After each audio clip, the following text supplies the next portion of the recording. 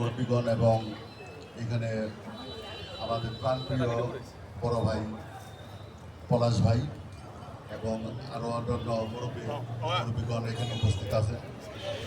তো এখানে আমরা মূলত আসছি, এটা হলো উঠান বৈঠক। আশফাক ভাইয়ের জন্য এটা হলো উঠান বৈঠক। আশফাক ভাই সবার কাছে ভোট চাইবে, এটাই তার মূল উদ্দেশ্য। তবে কথা হলো কি যে এখানে অন্যান্য অনেক প্রার্থী আছে, তারা যেভাবে ভোট চাচ্ছে, জান্নাতের টিকিট বিক্রি করতেছে, কেউ তার এরকম উদ্ভট কথাবার্তাগুলি তারা বলতেছে। তবে আমরা ওইদিকে না যে আমরা ধানের শীষকে কিভাবে বিজয়ী করা যায়, আমাদের লক্ষ্য একটাই, ধানের শীষ। এই ধানের শীষটাকে কিভাবে বিজয়ী করা যায় সেটাই আমাদের লক্ষ্য।